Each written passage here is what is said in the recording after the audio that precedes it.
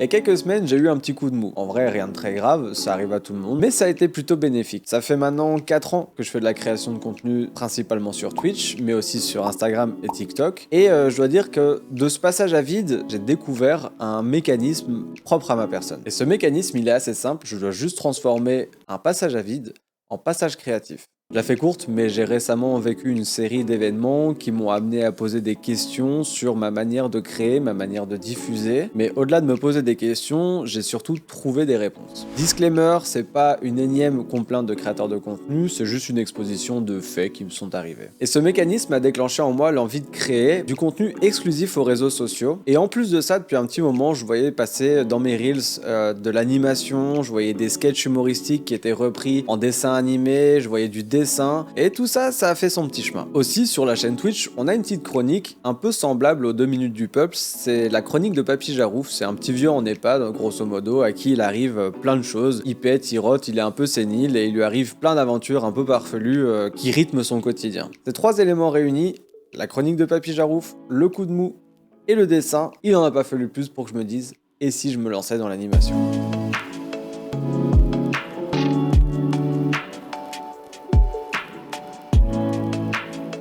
Pour la petite histoire, j'ai jamais été très bon en dessin. C'est-à-dire que j'ai fait des études d'art en secondaire, collège et lycée pour les Français. Et là, on avait toutes sortes de disciplines. On avait de la linogravure, du dessin, du collage, de la sculpture, de la peinture, bref, beaucoup de choses. Mais s'il y a bien une discipline que j'aimais pas trop et dans laquelle j'étais pas super bon, c'était vraiment le dessin technique. En revanche, j'ai toujours été un consommateur d'animation, Disney, Pixar, Japanimation, et plus récemment de BD et de manga. Étant assez dégourdi avec mes 10 doigts, possédant une tablette, un stylo et surtout l'envie de faire quelque chose de nouveau, il a pas fallu plus de 23 balles pour que je me lance à corps perdu dans ce nouveau truc. J'ai donc opté pour Procreate Dreams. Avec quelques années de Logic Pro au compteur et aidé de quelques tutos YouTube, je dois avouer que la prise en main de l'application était pas des plus difficiles. D'autant plus que concrètement, je dis pas que l'animation est facile, mais techniquement, rendre un objet immobile mobile reste assez accessible. J'ai donc fait quelques petits essais avec une balle qui rebondit ou une boule qui se déplace dans l'espace en 3D, et en vrai je me suis dit autant se lancer directement dans l'animation avec le Papy Jarouf, comme ça au moins je suis direct dans le vif du sujet. Bon, j'y ai pas été vraiment non plus franco, c'est-à-dire que j'ai commencé par faire un petit générique au début pour voir ce que ça donnait, et comme ça je pouvais, si jamais j'en faisais d'autres, l'inclure au tout début, j'avais déjà un truc un peu fini, un premier résultat, et comme ça je voyais ce que ça donnait. Il y a un style que j'aime bien dans l'animation, c'est le style que j'appelle dynamique, c'est-à-dire qu'on va redessiner chaque frame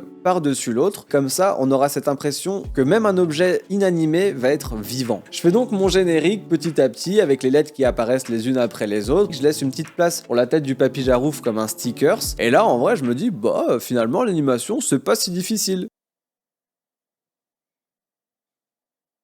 En fait, c'est là que les choses sérieuses ont commencé, c'est-à-dire que j'ai importé mon petit papy, j'ai commencé à dessiner une frame, puis une autre, puis une troisième, et je me suis rendu compte que ça allait être bien plus compliqué que prévu. Déjà en trifouillant dans les paramètres, je me suis rendu compte plus concrètement de ce que c'était une animation, et en fait, c'est plusieurs images qui vont se succéder, ou plusieurs frames. On peut concrètement animer en 2, 3, 4 images par seconde, ou en 120 images par seconde, mais on va réduire à quelque chose d'un peu plus accessible, et on va rester à 12 images par seconde, ce qui est déjà pas mal, mais qui donne quelque chose d'assez fluide. Deuxième chose et détail auquel je n'avais pas pensé, c'est la synchro labiale, mais ça on y reviendra un petit peu plus tard. Je décide donc de diviser le travail en 2 parties. Déjà, je dessine mon papy et tout ce qui lui arrive, et ensuite je dessinerai toute la synchro labiale. Et là, je commence donc à dessiner mon papy, image par image. Me vient l'idée, en plus de dessiner pour imager un petit peu et rendre ça un peu plus vivant. Par exemple, il y a un moment où il parle de l'Amérique, et alors je dessine un petit drapeau américain. Ou il y a un moment où il parle de fantômes et d'Halloween, donc là je dessine un petit fantôme, etc.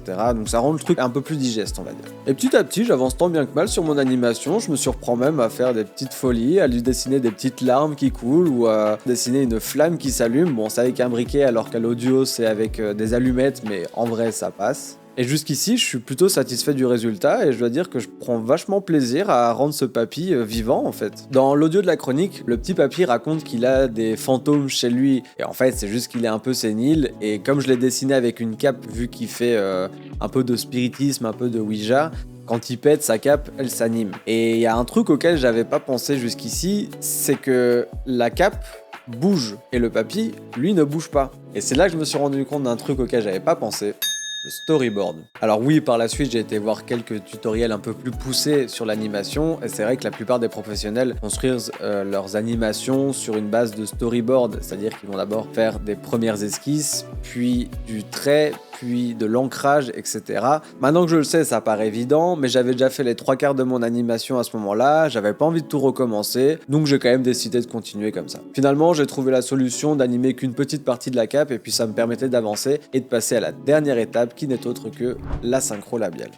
Alors je dois dire que c'est la partie la moins excitante, voire même la plus chiante selon moi. Je l'avais pas pris en compte quand j'avais commencé à animer une chronique, mais c'est vrai que c'est assez important d'associer les mouvements de bouche à ce qu'on entend. Animer une bouche, ça peut être 3 frames, ouvert, semi-ouvert, fermé, mais on peut aller plus loin en allant animer des onomatopées, des syllabes, etc. etc. Mais j'avais envie de trouver quelque chose qui me convenait, un entre-deux qui permettait aussi bien d'avoir un peu de précision, mais qui me prendrait pas des heures de travail. J'ai donc pris le parti de faire simplement des O, des A, des sourires, des bouches fermées, et avec le style un peu dynamique, concrètement ça fait le taf. Et surtout je ne voulais pas me retrouver bloqué, c'est-à-dire que j'avais quand même le désir de sortir ce contenu, quand bien même il serait pas parfait, j'avais quand même envie de le dévoiler pour une raison un peu plus personnelle. À faire une petite aparté, en fait j'ai fait de la musique pendant 15 ans. Et pendant ces 15 ans, j'ai aussi bien fait des instruments que de la MAO, j'ai eu des groupes, j'ai eu plein de projets musicaux, et sur ces 15 ans, j'ai sorti qu'un EP de 6 titres en 2018. Pour dire, c'est pas énorme. Il y a plusieurs raisons à ça. J'étais trop perfectionniste, c'était jamais assez bien, j'en voulais toujours plus, je voulais faire des albums entiers, je voulais faire des clips, et finalement, je sortais rien.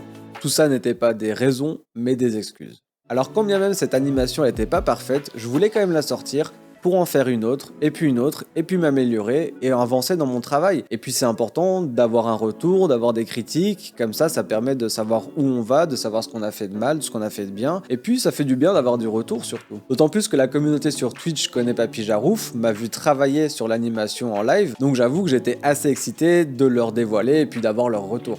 On est donc arrivé au stade d'avoir un Papy Jarouf terminé, on avait une synchro labiale de fête, un papy qui était dessiné, on avait fait des petits ajouts d'éléments un peu sympas, on avait un générique de fin, un générique de début, mais il y avait peut-être moyen de pousser le truc un peu plus loin et de rendre ça un peu plus dynamique et surtout avec des codes plus actuels, il restait plus qu'à faire un peu de montage. Là rien de particulier, j'ai juste rajouté des cuts, des zooms, un peu de shaking quand le papier s'énerve, concrètement ça fait bien le travail. Et nous voilà enfin avec un produit fini, et c'est vrai que ça fait beaucoup de bien de dessiner en fait, c'est presque méditatif. J'avais pas retouché à l'art depuis mes années d'études, mais à part quelques projets de sculpture en live, j'avais pas vraiment remis les mains dedans, j'avais jamais vraiment retouché un crayon, et je dois dire que ça m'avait plutôt manqué, et même si à l'époque j'étais pas très bon en dessin, là ça m'a fait du bien. Depuis j'ai continué à faire du dessin, à faire de l'animation, j'ai même créé des comptes Instagram et TikTok exclusifs à l'art, parce que je compte faire autre chose, et j'ai même commencé à dessiner mes viewers pour m'entraîner en échange de quelques points de chaîne.